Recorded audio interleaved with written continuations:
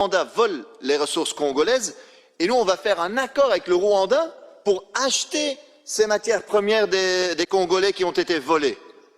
Parce que c'est ce qui se passe. La Commission européenne a été faire cet accord avec le Rwanda et qu'est-ce qui s'est fait 2 mois après?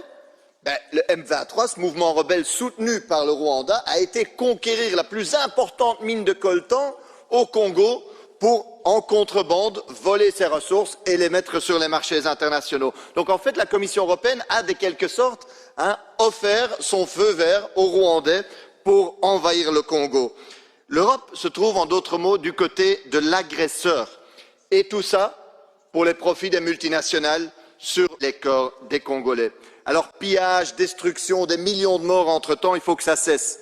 Parce qu'on l'a vu avec l'or au Mali, on l'a vu au Niger avec l'uranium, on l'a vu en Libye avec le gaz et le pétrole. C'est toujours la même chanson de pillage. Et après, vous vous étonnez que les peuples du Sud se révoltent. Les Africains en ont marre. On le voit au Mali, au Niger, au Burkina, au Tchad, en Côte d'Ivoire, en République centrafricaine, au Sénégal. À chaque fois, les Européens ont été mis à la porte. Alors le moment est aujourd'hui de dire basta, le temps du colonialisme est révolu. Suspendez cet accord de pillage des ressources naturelles congolaises et imposez un embargo militaire au Rwanda. On n'a pas besoin de larmes de crocodile, on a besoin d'action.